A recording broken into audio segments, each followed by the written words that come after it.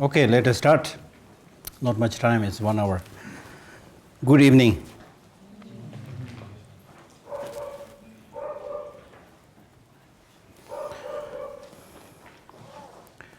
So, this time we are reading the 4th chapter from Shantideva's Bodhisattva Way of Life, which is on vigilance. In Tibetan it is called Phagyo. But there are so many different translations, I'm completely confused which one I should use. There's the word vigilance, conscientiousness, alertness, carefulness, so many choices. But I would personally prefer carefulness or caution also. Anyway, the meaning of this is important to understand this title. The title basically means the importance of developing some kind of carefulness in one's daily life in terms of adopting the positive practices and refraining or removing the negative emotions. So that's the meaning of being cautious. Carefulness. Carefulness is a very good word because it's an ordinary word, number one. Number two, everybody knows, please take care means that you take care of yourself, not doing those things which is harmful and doing those things which is positive, which is good. So there's the chapter. So it's quite interesting.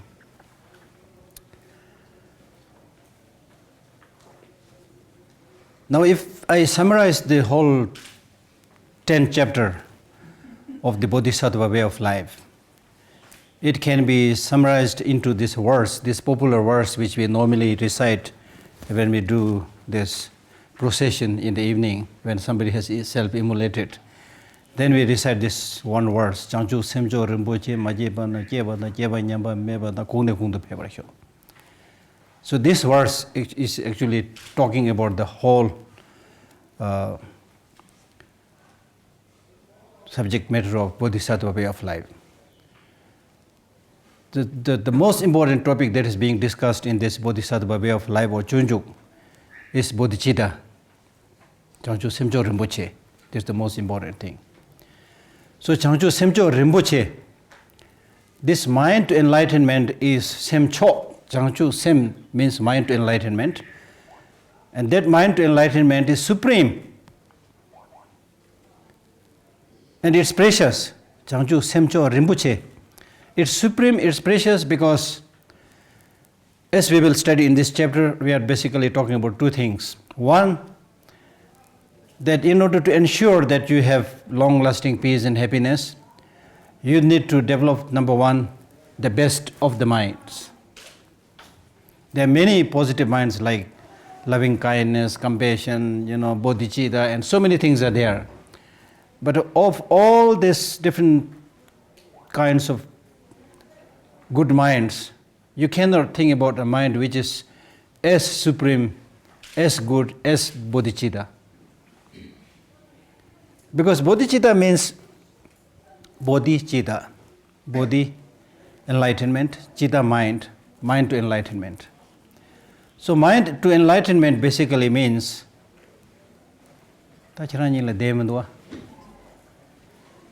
so the mind to enlightenment means that, or bodhicitta means, how nice if I become Buddha. How nice if I become Buddha for the benefit of all sentient beings. Now look at this word. How nice if I become Buddha for the benefit of all sentient beings. There cannot be a mind better than this one. How nice if I become Buddha, not for relaxation, not for going for a holiday, but to help all suffering sentient beings. So it's basically saying that may I get that power, that omniscience, that best of mind, so that I have all the needed facilities in helping sentient beings who are in need of many things. It's very difficult to even look after one person. It's not easy. Because these different people have so many different mental dispositions, their bent of mind. So varied, so different. It's really, really difficult. And I got some kind of glimpse of the importance of becoming enlightened when I was working in His Holiness the Dalai Lama's office. As a religious assistant, whenever there is a visitor asking some philosophical question, a religious question, then the secretary is there, there's a Geshe, you go. So I have to go down and pretend that I have all the solutions, and then listen to their questions, problems, whatever you see. So from there I came to know that how varied the thinking, the mental dispositions are. And believe me, there are people who come with certain problems, and if you had the patience to just listen to them, you don't even need to answer their questions. If you had the patience just to listen to them, they will melt and go. Thank you, Geshe. I don't want any answer. I did not get anybody to listen to my problems until now. So this is a kind of example, you see. So many different people. Then some are sad, some are very excited, some are jubilant, some are over emotional, some are very sensitive, some are withdrawn, so many different kinds. So therefore, this definition of the Bodhicitta saying that may I become Buddha to benefit all sentient beings. Because at our ordinary level, even with the best of my intention, motivation, I may be able to do a very limited help, because I am not in a position to understand the depth of your mind, the different dispositions, the different imprints and seeds of the mind. It's impossible. So it's only when you become completely omniscient, when your mind is totally free from any kind of obstruction, then you are able to read the mind of that person. Not only the present state of the mind, but also the previous dispositions, imprints. What was the life of this person in the past? What will be the life in the future? All these things you will be able to know. And what kind of direction and teaching is useful for that person, you will be able to know that. This is like the difference between an educated person and an uneducated person. If somebody is more educated, he will be in a better position to help others than the one who is not educated. It's like that. So therefore, the best way of helping other sentient beings is to oneself become completely enlightened, oneself out of the suffering, out of the problem, then you can help. If you yourself is stuck in one or the other kind of problem, despite your, as I said, despite your best of intention, when you try to help that person, you will be also drawn into that problem. You may come up with a very good motivation to help that person. You may not be personally suffering, but when you are with this person, you will be drawn into it. Then you will get stuck there. That other person is crying, you will also cry. This is what we normally do. And what that other person needed is not somebody sitting there and feeling sad and crying together, no. What that person needed at that hour is somebody who does not cry, who understands your situation, who is strong enough to pull you out of that quagmire of suffering and problems. So that's why it makes perfect sense to say that may I become Buddha to benefit all suffering sentient beings. So that's why education is important. Knowledge is important. So there's so much emphasis in Buddhism to study, especially the tradition that we have in Tibet. The Tibetan tradition is called Nalanda tradition, where there's so much focus on study. And as far as the process of studying is concerned, it's threefold: hearing, thinking, meditation. You hear somebody's teaching, somebody's talk. And as a result of that hearing, you develop a wisdom, and that is called wisdom derived through listening, through hearing, which is good. Which is good. Which is good, but that is not the end of the story. You need to proceed further. Having heard somebody, having listened to somebody, then you need to do the homework. Most of us don't do that. You listen to His Holiness teaching, and you say, very good, His Holiness teaching. and you never try to remember it, never try to apply it in our daily life, so it doesn't really benefit you much. So therefore, the next important thing is to think, to reflect on the correctness and the usefulness of the teaching. You need to personally do this exercise of thinking. And through repeated thinking, you will be able to develop some conviction. You will be able to develop insight, wisdom, which is called wisdom derived through thinking, which is very good progress. Now you reached to a very good level. But even that one is not enough. Now you, through repeated thinking, you are able to develop that conviction, you are able to develop that wisdom. Still, it is not sure whether you are completely habituated with that knowledge or not. So therefore, the next step is meditation, which basically means get your mind totally habituated with that knowledge, with that positive practice. And by doing that, then you will be able to develop wisdom, which is called wisdom derived through meditation. So what transforms, what changes, what transforms one's actual life is the last two: wisdom derived through thinking and wisdom derived through meditation, not just hearing. But unfortunately, most of us, we don't even hear the teaching. Forget about going to the next stage.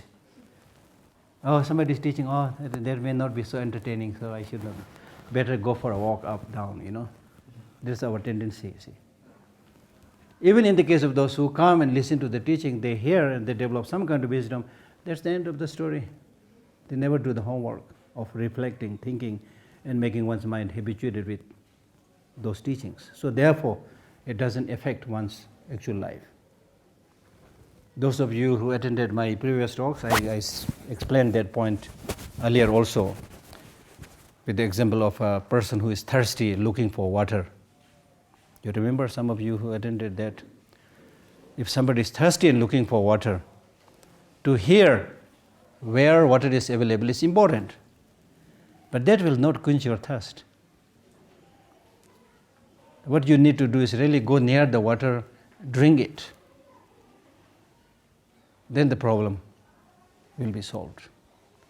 So therefore, it's this last two stages, thinking, personal reflection, because through thinking, if you are able to develop a conviction, that will hopefully move you. Okay, I thought about it, I understood the correctness of the teaching. It's not only the teacher is saying or the book is saying, but I personally investigated it, thought about it, I am convinced. So that will shake you. That will move you to do something.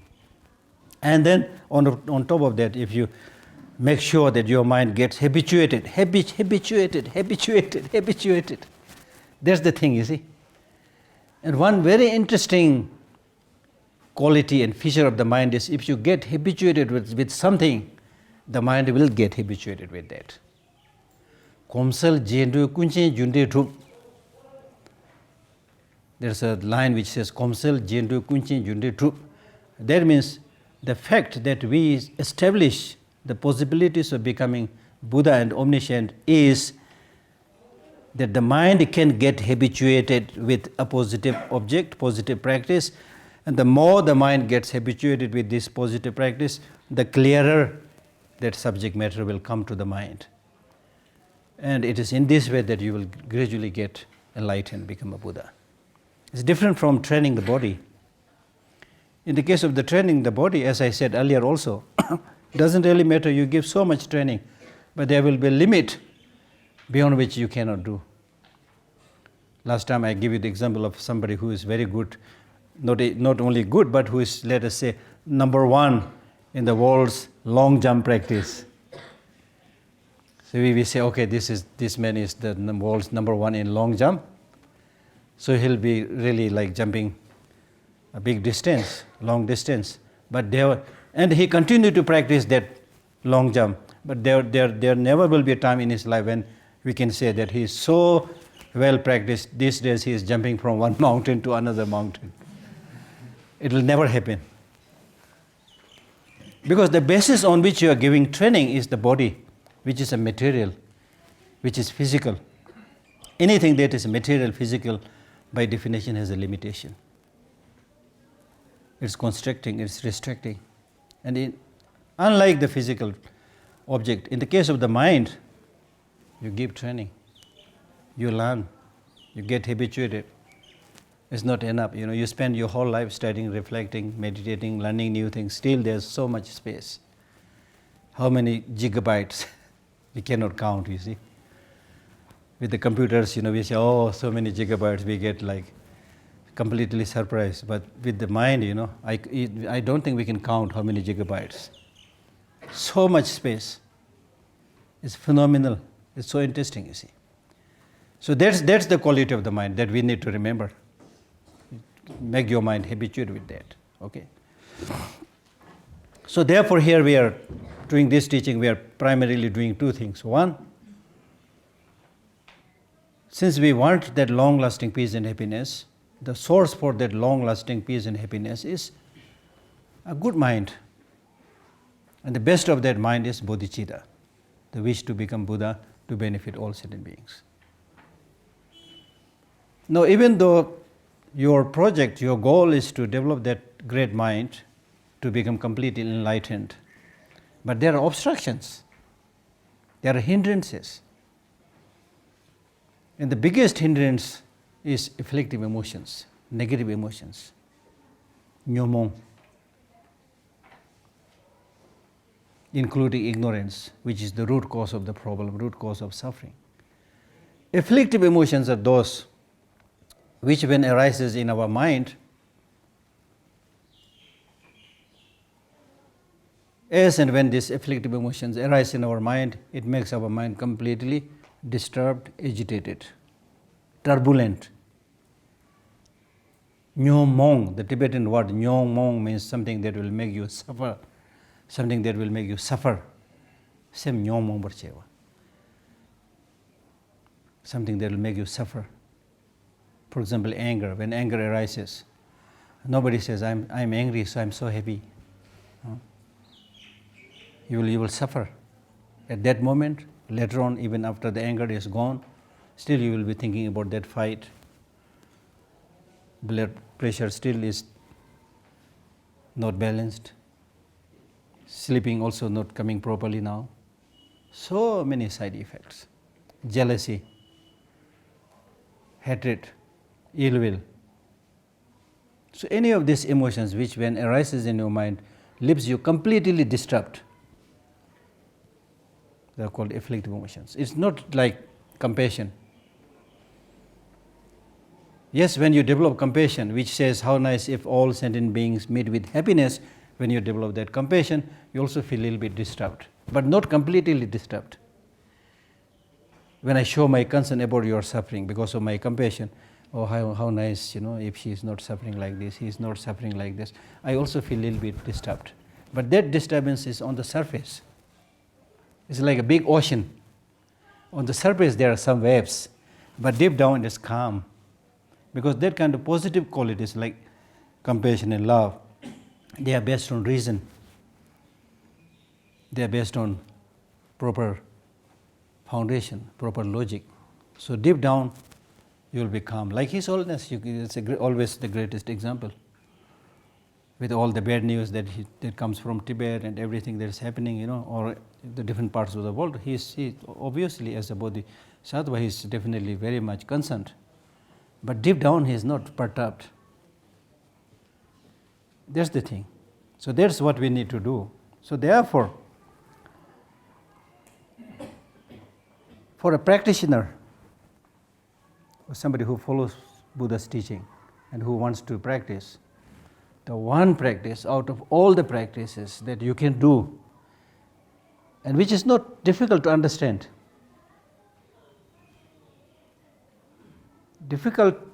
Little bit difficult for implementation, but that also don't think it's too difficult.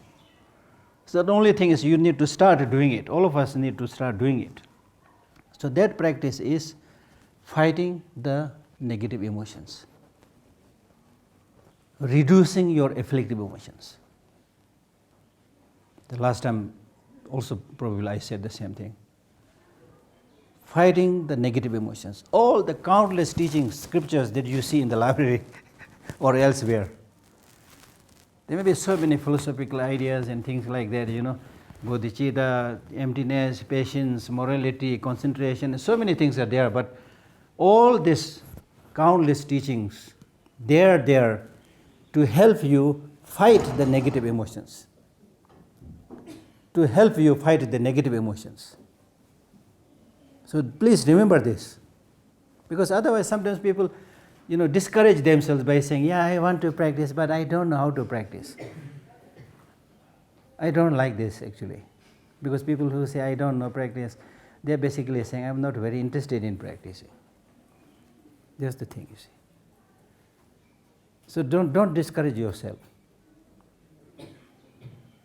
There's always so many things to practice and so many interesting, ways and means to practice. So for example, like if you are a very hot-tempered, angry person, if you start reducing your anger,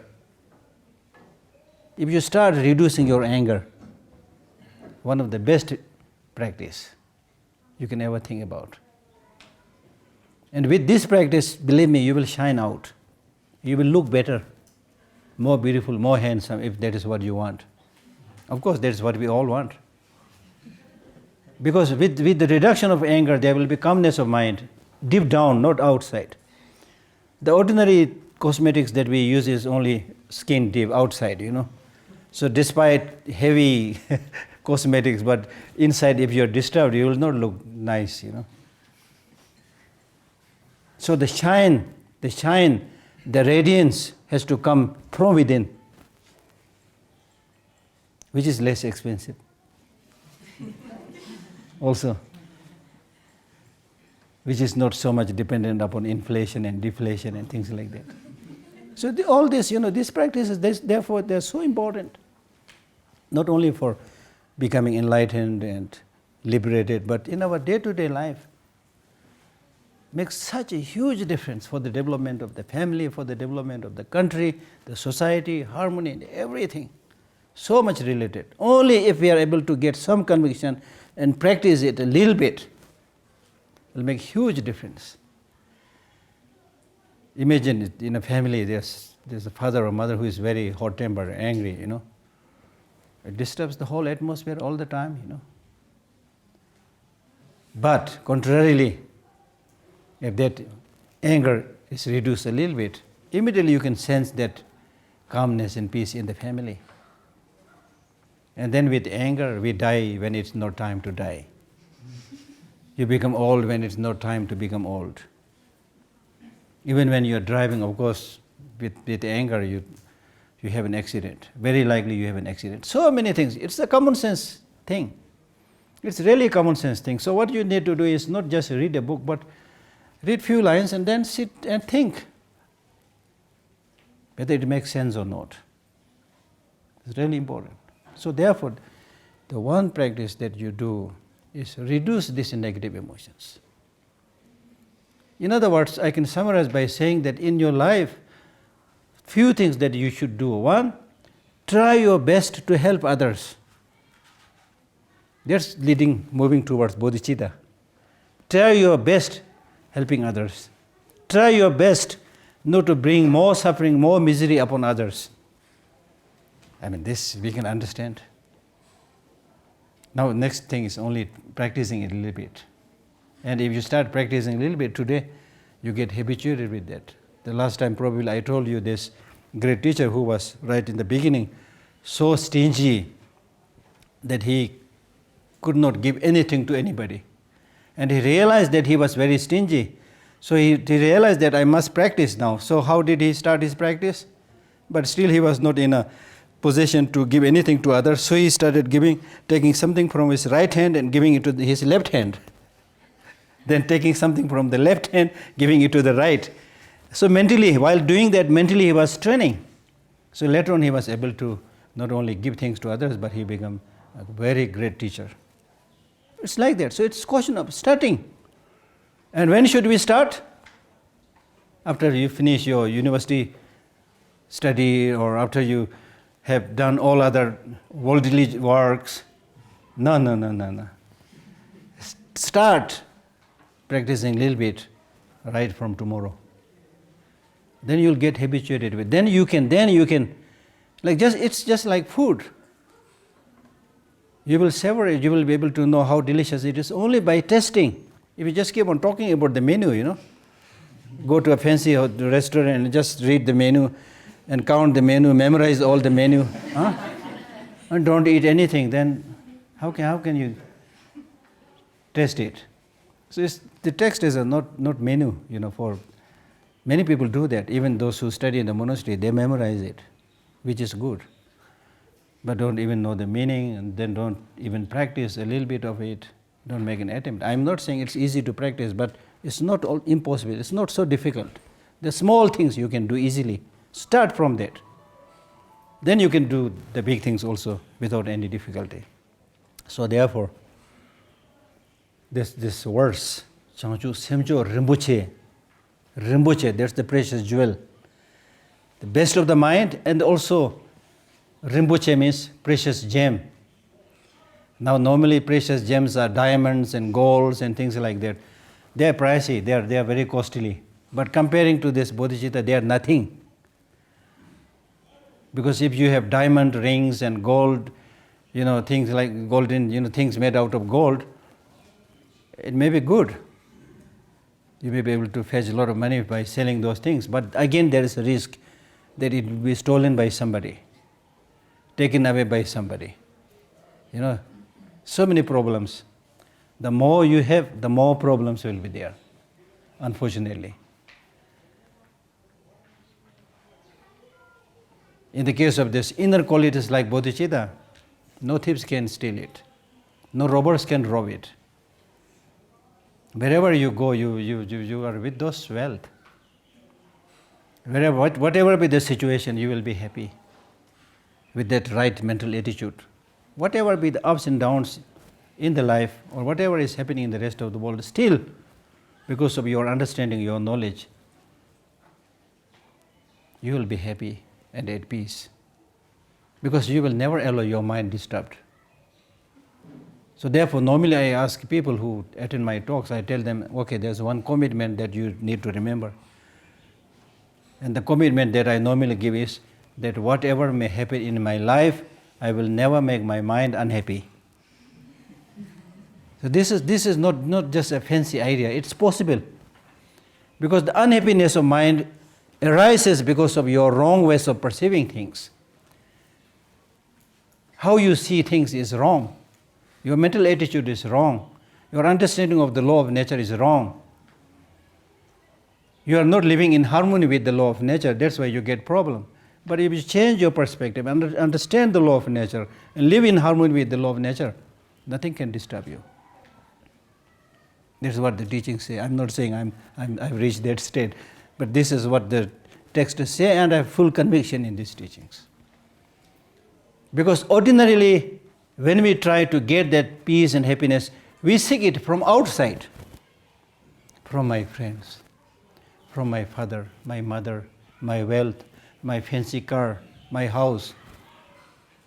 And it's in the pursuit of these external objects that the world is running a race today. Everybody says, I'm busy, I'm busy, I'm busy, I'm busy. Busy for what? For getting these material things. I have myself met a number of people who say, Geshe, I have been working so hard, doing this, doing that. I have several degrees, and I am wealthy, I have enough money, but I'm not happy. Something is missing. What is it? Can you figure out? People say things like that. Of course, you're not only missing few things, but you're missing big thing. Because you left your home empty. You have always been outside and never checked what is there inside, never cleaned your own home of the mind. So it is moldy, especially during this kind of weather, if you want to make it more vivid, So your actual home, which is your mind, you never cleaned it. So this time when I was putting this announcement for this talk, I was tempted to put the title, Inner Laundry. External laundry we do much, but inner laundry, nobody is doing that.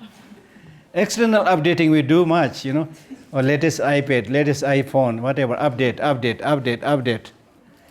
The fellow who is updating all the external facilities, the fellow himself or herself never updated. The same stupid fellow. So Buddhism is talking about updating yourself. You see? So therefore, we need to develop this conviction that unless you reduce these negative emotions, unless you change your wrong perception with external acquirements, with the external material accumulations, you will get fleeting peace, happiness, of course. Fleeting, I'm saying. Superficial peace and happiness you will get.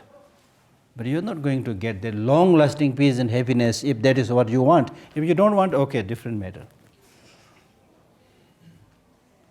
So you need to, Hindi में बोलता है ना, दिल में हाथ रखकर बोलो, you know.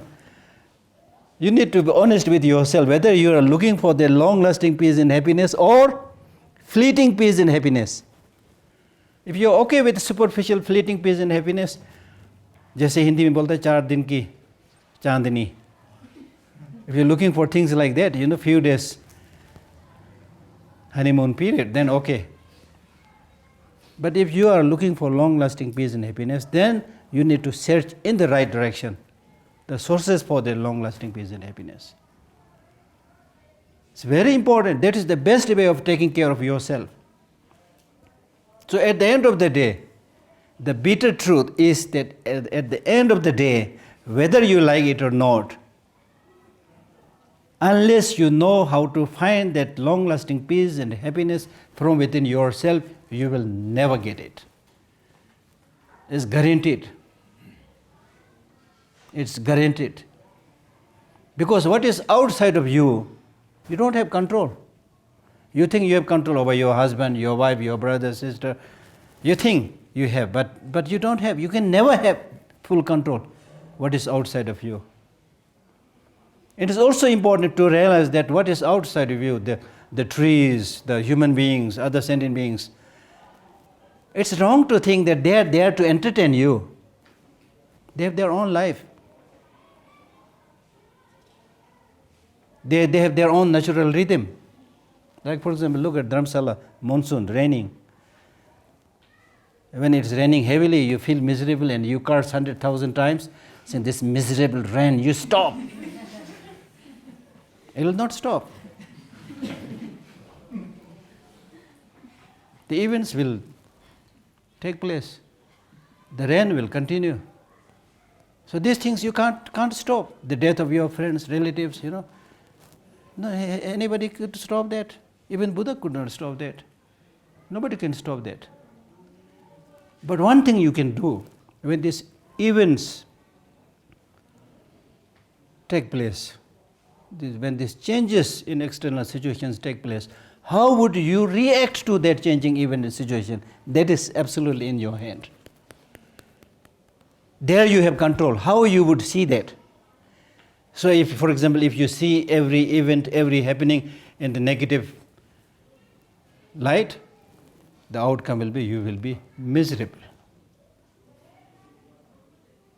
You will create a bleak picture of everything.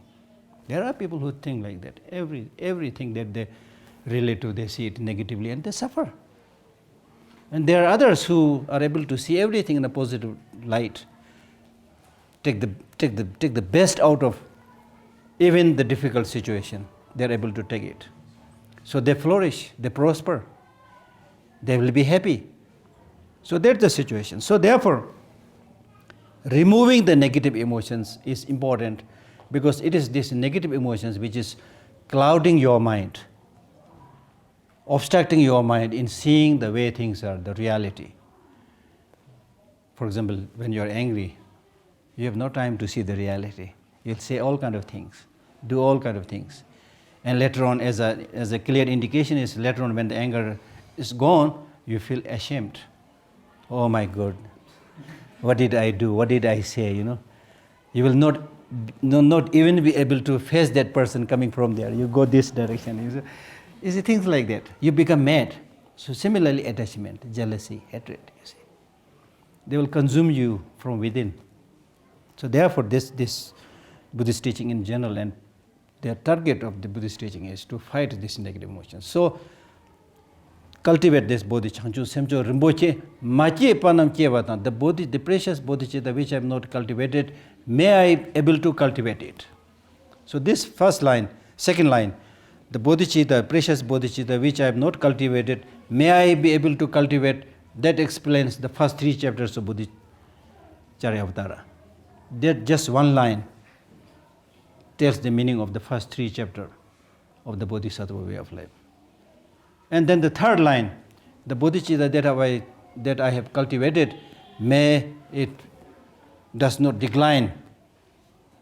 That talks about the next 3 chapters of Bodhisattva way of life. And may the bodhicitta flourish further, develop more. The fourth line talks about the next 3 chapters. And then the last chapter talks about like dedication of all these practices. So in this just one verse. So this is the 4th chapter.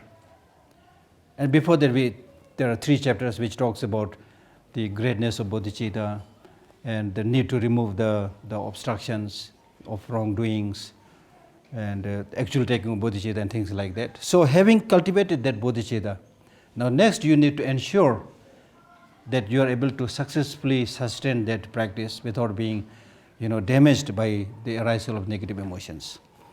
So that's why the text reads, having firmly seized the awakening mind in this way. That means having firmly seized the awakening. When you cultivate the bodhicitta in front of a teacher or a stupa and things like that, you have developed it very firmly. You developed a very firm mind. So having firmly seized or developed that awakening mind, the mind to enlightenment in this way, that means in this way when you develop these 2 bodhicittas, the aspiring mind and the engaging bodhicitta. Aspiring mind of bodhicitta means to wish to become Buddha for the benefit of all sentient beings. Engaging bodhicitta means not only aspiring to have it, but to actually engage and implement and practice the 6 perfections. So having cultivated these 2 minds of bodhicitta, conqueror's children must never waver. Conqueror's children basically means bodhisattvas. The bodhisattvas are children of the conqueror. Conqueror means Buddha. Bodhisattvas are born from the teaching of the Buddha, so therefore they are called children of the Buddha. So therefore, the children of the Buddha or the bodhisattvas, or even those of us who wants to practice this mind of bodhicitta, having cultivated that bodhicitta, you must now never detract, never waver, okay? Never doubt even for a moment, never think about giving up that mind. And instead, always should they exert themselves, make constant effort to never stray from their practice. So that means now in our case, to simplify it, Sanje Chodan Sol Chonam, like that words, I take refuge to Buddha, Dharma and Sangha, and I cultivate this mind to enlightenment for the benefit of sentient beings. You recite this every day. Or this mind, this verse you should recite. If you don't know how to recite many prayers, it's okay. At least recite few verses like this right in the morning when you get up. When you wake up and get up, don't just switch on the television immediately and look, and then see something that's violent or something, That's not the way you should start your day. When you get up, then you should rejoice that I'm still alive, not as a donkey or not as a monkey, but as a thinking, living, intelligent human being, a precious human life which is so difficult to get. I have it, not only I have it, again I am awake, alive, fully kicking, as we say, alive and kicking. So then you should, now I'll make my life meaningful. Appreciate that. Among all sentient beings, you are born as a human being. Among all human beings, you are born as a human being with perfect health, and so forth. There are many good things that you can be happy about. So now if you don't pay attention to these good facilities that you have as a human being, and instead of misuse it, It's a great tragedy. That's the real tragedy. It's a big mistake. It's really losing a great opportunity. It's more than losing a job opportunity. A big mistake. So therefore, be happy, rejoice, at least recite few verses which talks about cultivation of bodhicitta, and make a motivation to help others as much as possible in the course of your day, in the course of your work. Then at the end of the day, you may be watching a movie, whatever, but just before going to sleep, make sure that you again do some aspirational prayers. That's important. This is how you should start your day and close your day. And because of that, in the night also there is a likelihood of your continuously doing that practice. It's very important. So that's called getting habituated with the spiritual practice. Okay? So therefore, having firmly seized the awakening mind in this way, the Bodhisattvas must never, ever, always should they exert themselves. But those of those of you who can read Tibetan, you better read the Tibetan. It's always much, much easier because you go to the original, and the distraction to never stay from their practice means because you have cultivated not only the aspirational bodhicitta but also the engaging bodhicitta. When you have cultivated this engaging bodhicitta, then you need to practice the 6 perfections, the four ways of gathering the disciples and so forth. So lapalim, in the words, whatever be your precept, do not transgress them, but rather make effort in practicing that. This is important because this is a very important project. He is saying this is a very important project. And this is supported by this next verse where he says, in the case of reckless actions or of deeds not well considered, although promise may have been made, it is fit to reconsider whether I should do them or not. Because in our daily life also, he is saying, in our daily life also, we take some reckless actions or deeds. We do something recklessly and not well considered. We do not think and plan properly and suddenly do something or thinking about doing something. But in such cases, if you have not thought properly about those activities, even if you made a promise,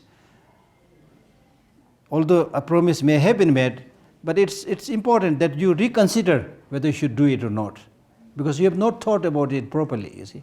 It may not be useful for you to do it. It may be a wastage of time. So it is important to reconsider whether I should do it or not. In those areas where you have not thought properly, even if you have made a promise, it is not important that you do it. You reconsider it, and then if it is something that you agree to do with a person, then you should say, I'm sorry, I did not think about it properly. Now I see this problem, this difficult, I cannot do it. But in the case of this cultivation of bodhicitta, you are talking about a project, you are talking about a practice which the Buddhas have taught countless eons. Bodhisattvas have thought about it countless eons, and they all found this extremely, extremely precious and important. And you yourself also thought about it, and that's why you cultivated this mind to enlightenment, this bodhicitta. So how can you give it up now easily? This is not something, the ordinary work where you did not think properly. Okay, so the next verse is saying that. But how can I ever withdraw from what has been examined by the great wisdom? That means, but how can I ever withdraw cultivation of this bodhicitta, which has been examined by the great wisdom of the Buddhas and Bodhisattvas, and even many times by me, myself? That means as far as the usefulness and the importance of cultivation bodhicitta is concerned, in the same text by Shantideva, he says, the Buddhas have thought for countless eons what is it that is most beneficial to the suffering sentient beings, and they found bodhicitta. They thought not for one day, not few years, thought for Keva Tumar Rabgung Zeba Yithuanam Ji Dingi Pemrase, Keva Tumar. The Buddhas have thought and contemplated for countless eons what is it that is useful for the suffering sentient beings. They all said bodhicitta. So this is an example of how much investigation that, thinking that this Buddhas and Bodhisattvas have done. And they all concluded this is the most precious, most important thing. And even in your case, you have appreciated the mind of bodhicitta. That's why you have taken the vow of bodhicitta. Many of us have received this bodhisattva vow in front of His Holiness Dalai Lama. But these days, when somebody disrobes as a monk and a nun, he was used to be a monk, now disrobed. But when somebody breaks the bodhisattva vow, nobody even cares. We have to be honest with ourselves. How many of us have received this bodhisattva vow from His Holiness? So it's important. See, look at these lines, This is something that found exceptionally important by the Buddhas and Bodhisattvas. So how can you easily give that vow? Don't give up that vow. If having made such a promise, I do not put into action, that means if having made such a promise of achieving Buddhahood for the benefit of all sentient beings, or the promise of cultivation of bodhicitta, if I do not put into action, the action part, having cultivated this bodhicitta, in terms of your action, you should try your best to help others whenever there is an occasion. If you don't do that, then you are not implementing. Having made such a promise, if I do not put into action, then by deceiving every living being, what kind of rebirth shall I take? You will take bad rebirth. Then by deceiving every living being,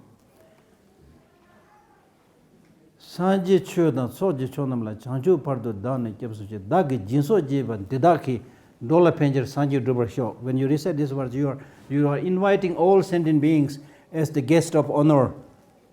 You are inviting all sentient beings as your guest of honor.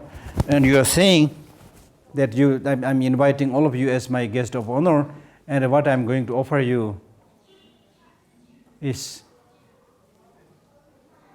the practice of the 6 perfections, the 4 ways of gathering the disciples, and so forth.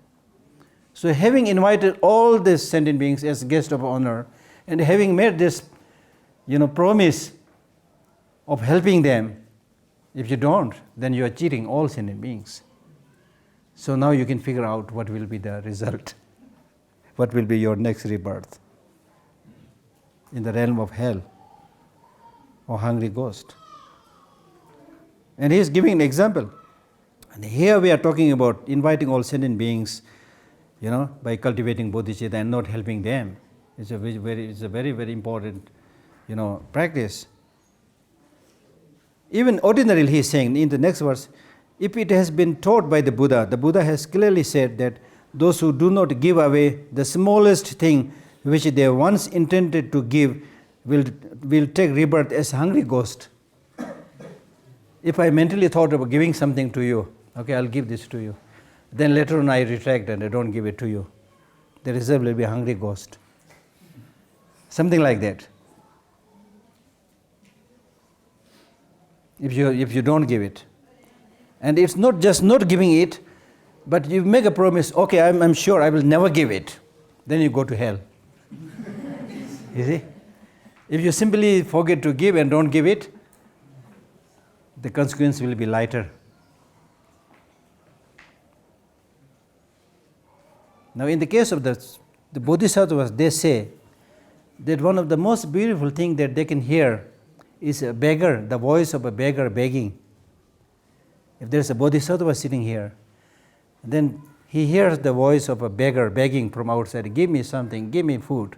When he hears that, that is music to his ear. That's the most melodious thing that a Bodhisattva can hear. But for us, ordinary people will be frightened. Oh, another beggar, run away. You see, that's the difference. Because the Bodhisattva realizes, amazing, he has another opportunity for me to collect merit. He has another opportunity to at least reduce the suffering of somebody, you see. So that is very much dependent upon your knowledge, your understanding. So if even not giving something ordinary which you have promised, if the result is hungry ghost, then deceiving all sentient beings, not practicing the 6 perfections which you earlier promise to practice, then you can figure out what will be the consequence. Verse number 6. Then I should deceive all beings. So, because in that case, you are deceiving all beings. After having sincerely invited them, as I said, to the unsurpassable bliss, that means you have invited all sentient beings, saying that, may I become Buddha for the benefit of all sentient beings. You have taken a vow saying that I will help you all achieve enlightenment. And then you stopped your practice. So shall I take a happy rebirth? No, sorry, you will not. Shall I take a happy rebirth? No, sir. But then there are exceptions. The next verse, number 7, is saying that there are exceptions. Only the omniscient can discern. There are exceptions which only the Buddhas can discern and understand, not ordinary people like us. Mika, Chanchu, Semtaya, there are people who had given up bodhicitta but still achieving liberation. Teda tharvan jebane lesul samji mechav. The karma is unthinkable, you know. Thamji chemba khoneche, only the Buddhas can. So only the omniscient can discern the manner of the action of those who give up the awakening mind, who give up the bodhicitta, but get liberation, but are freed. So if you ask me to explain it, I can't explain. This can be explained only by an omniscient Buddha. So in this connection, a story of Shariputra is told. Shariputra, in one of his previous lives, he was giving lot of, he was doing lot of practice of generosity and giving. Seeing his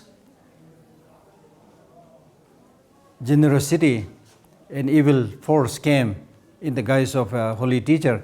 He came and said, give me your right hand. Then he chopped his right hand. Because his right hand is gone, he used his left hand to give the chopped right hand. Then that evil force said, I cannot accept your gift because you are disrespectful to me. You are offering something to me with your left hand, which is seen as bad hand, Especially in the Indian custom, Indian tradition. Left hand is something inferior. So when Shariputra saw this, he was completely shocked. Now, impossible for me to cultivate bodhicitta for all these sentient beings. I have just cut my right hand to give it to him, and still he is complaining. So I give a bodhicitta. He gave a bodhicitta. But it said later on he achieved liberation. So these are exceptions. How is it possible? If you ask me, even these great teachers, they say we can't answer this. Some of the subtle functions of the karmas are extremely difficult to say. General explanation, the cause and effect, we can explain, but the subtle individual functions of each and every karma. For example, in this very room, where all human beings have two same eyes, two,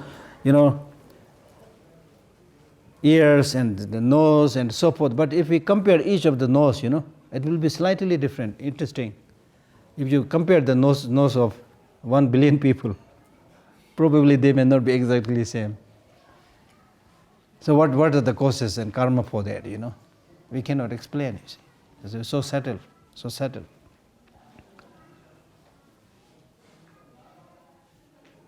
Okay, time is up. If you have one or two questions, I can deal with that. Any questions? Because this gathering is really for study, So don't think that you have no right to ask any question, that I keep on saying something. If you have any questions related to what we have read or any other questions about Buddhism, yeah, please. I guess you were talking about habituation. Habituation. Yeah. Then what is what type of habituation creates the liberation and enlightenment?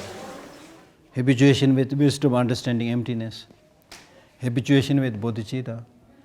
Habituation with compassion. Because if you get yourself habituated with all the skillful means, like loving kindness, compassion, it will help you suppress the negative emotions. But they will not have the capacity to uproot the negative emotions. But if you get your mind habituated with the wisdom, understanding, emptiness, then it will cut the root of ignorance. So getting habituated. So when people say that somebody has the direct experience of emptiness, for example, does that just mean that they've become fully habituated with the concept of emptiness? No. For example, when you achieve the path of seeing, the path of seeing is so called because it is at that time you are able to see emptiness directly. Therefore, it's called path of seeing. But still you have path of meditation, meaning that still you need to get habituated with that, you see. So it's not easy. Yeah. Any other questions?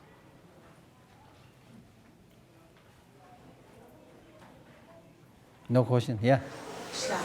Oh,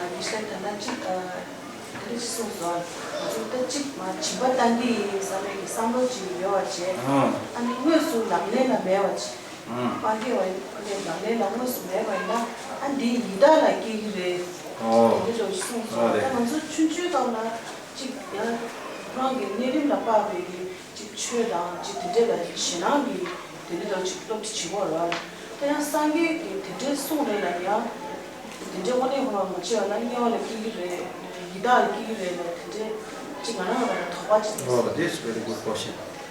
Now you all understand Tibetan, yeah? No problem. Because I believe many of you are attending the library language classes. So the hard question was a very important question. She's saying that when you say that if you think about giving something and then later on not giving it, then you are born as an hungry ghost. So sometimes it looks like, these are like intimidating people, especially people whose minds are not matured, If you say things like that, it's really creating fear in their mind. But how far you can literally, accept it? So that's a very important question. So that's why we say it's important to study Buddhism thoroughly. Because I am explaining the words as it is. Now if you go deeper, then it will have some more clarification.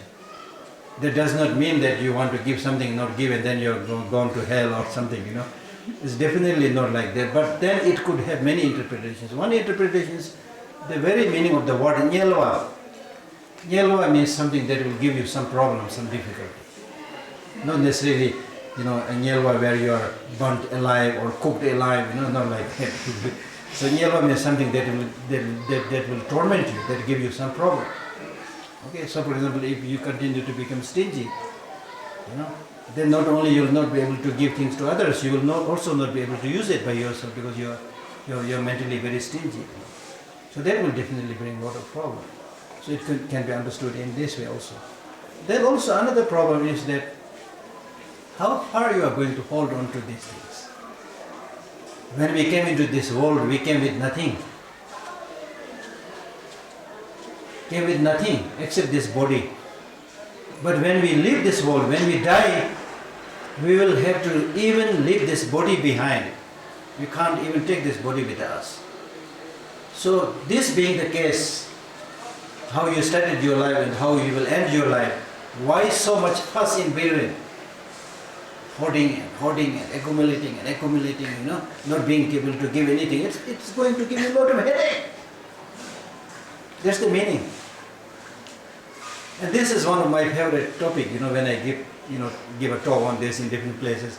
I tell them, look, for example, in today's world, if you go and see the collections that you have in your room, you may have like 20 pairs of shoes, 20 pairs of jackets, 10 pairs of chuvas or whatever, Out of all these collections, how much you have used and how much you are using, you find it for yourself. You will find, you have collected so many things like the rats, bringing, twigs and straws and everything, Then finally not being able to use it, not only when you die, but even before you die, this will just become headache because there's so many things you have collected. And on a day when you want to wear something, you are not able to find it, you see. So this is hell, nirvana. You see? Even in the family situation, you see, when the family members are not in harmony, when everything is in a mess, then we do say, "Ta khangpa di nyewa do." See? So the trouble, nyelwa in different levels, will be there. But if you are more contented, you will save money. If that is what you want, you will be healthier, you will be cleaner, If you want to move somewhere, easily you can move. You see. So that's I think what the text is driving at. Okay, one last question, then I'll stop. Definitely I'll stop. Yes? If you could say it in English, then other will benefit. And you will also get an opportunity to. Nowadays, most of the people, when we talk, they usually say that when we talk about the next life, they usually say that who sees the next life and do whatever you want to do for this life. Who cares about the next life? And when we try to explain to them, they hardly understand, especially the youngsters. So in that way, sometimes it's hard to explain to them, but we usually understand ourselves. Yeah, you need to here you need to do few things. One, you cannot change everybody. And that's not your job also. And also not possible. You have to be pragmatic. Of course, try your best. But with the realization that I cannot change the whole world. Then also, in order to convince others, first you should have the conviction that there is future life. So how much influence you can make on other people is dependent upon how much trust and conviction you have to the existence of future life. And then sometimes when you try to explain something complicated, don't try to make it more complicated. Give simple examples. For example, he says, "Oh, who have seen the future life? I'm not interested in that." Then you should say, "Okay, then you don't care about tomorrow. Tomorrow is yet to come. You have not seen tomorrow. So don't plan for tomorrow also." Then they'll start thinking, "Oh, tomorrow," You see? It's as simple as that. Sometimes we don't, make things unnecessarily complicated, Who has seen tomorrow? Who has seen even what is going to happen tonight at 10 p.m., you see? But we plan for it. There's one way of explaining. Another way of explaining it is more serious, because the possibilities and the existence of future life has to be explained with the continuity of the mind, because the body, when you die, it is destroyed. So it has to be explained about the continuity of the mind. Now with the continuity of the mind, for example, several examples given in the Buddhist text. Like for example, if I burn one candle by another candle, this candle not burning, this candle burning, then I lit it, and this is also burning, this is also burning. What is it that goes to this candle? What is it that went there? So this is exactly like moving from this life to the another life is exactly like that. Or you think about a seal that you put, seal impression that you put a seal impression. Nothing is lost from here, but still you get the impression. I teach you to recite some prayers. Okay, say Om Mani Padme Hum. You have no idea how to say it, but then I teach you, say Om Mani Padme Hum, say Om Mani Padme Hum. Then after a few minutes you learn Om Mani Padme Hum. What is it that went there? This is one way of explaining it. The another way of explaining it is that tonight when you go to sleep, you are physically more or less dead. I'm not saying you are dead. More or less dead, because you have already withdrawn all your senses. Your eye is not seeing. People move in front of you, you have no idea. Some bad smells are coming, you have no idea. And you don't hear anything. More or less you are dead. But your mind becomes even more active. The body is sleeping almost lifeless, but the mind is shopping in New York. Have you experienced things like that? So whatever the mind is experiencing, you are experiencing the same thing, happiness and suffering. Even when you are sleeping, if you have a nightmare, somebody trying to kill you, you are sleeping but you are suffering, you see. What is it that is suffering? It's mind. What is it that is traveling? It's mind. Then also don't just think about physical, there is a thing called mind, because if I practice this scientific way of reductionism, like for example, from our body, go down to the smallest level like mosquito. It doesn't have a big brain like us. The scientists say all the thinkings are done by the brain, so we don't need a special entity called mind. But look at this one. Take this example of going down to the mosquito. It doesn't have a big brain, but still is very efficient in, stinking, sucking the blood, and flying around and producing that music with the wings, Very efficient, but that's not the smallest. Go even to smaller extent, the so-called clean bottled water that you are drinking. We don't see any virus or bacteria with our naked eyes, but believe me, if you use a microscope, there may be something there. Small, little red bacteria and things like that. So they are also very efficient moving here and there. They hardly have any physical body, but they are very efficient in moving and doing things. So from that you can take the clue that it can go still smaller. So in Buddhism we talk about the three realms. Formless realm, a realm where sentient beings do not have physical forms as we have. So it's possible. So you can explain things like that.